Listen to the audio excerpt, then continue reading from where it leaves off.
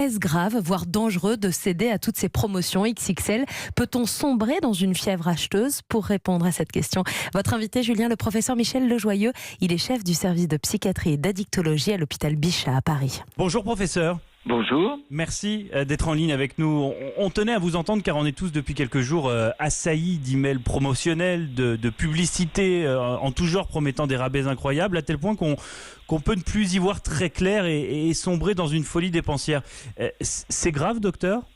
C'est évidemment pas grave. Vous savez, il faut se méfier de ne pas faire de tous nos comportements quotidiens une maladie psychiatrique.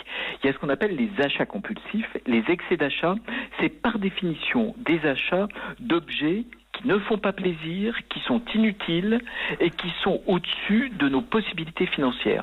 Alors tant que ce que vous achetez vous fait plaisir, que vous pouvez le payer, il n'y a rien de grave. Est-ce qu'il y a des signes malgré tout caractéristiques d'une personne qui est en train de perdre le contrôle ? Oui, souvent les personnes qui sont en train de perdre le contrôle n'achètent pas en solde. Moi j'ai une consultation dans mon service dédiée aux acheteurs compulsifs.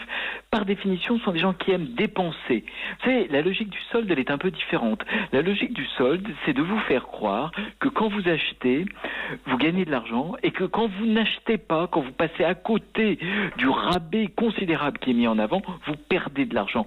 Donc au fond, les gros clients des soldes sont des gens qui vont finalement culpabiliser leurs dépenses. Est-ce que ça cache quelque chose d'acheter de manière compulsive, pas simplement pendant le Black Friday, on l'a bien entendu, mais est-ce que ça cache un mal-être, un besoin de se rassurer, d'exister à travers les achats ? Il y a beaucoup d'explications possibles et souvent individuelles à l'envie d'acheter. Il y a ceux qui sont impulsifs, ils ne peuvent pas résister. J'ai envie de quelque chose, je fais tout de suite.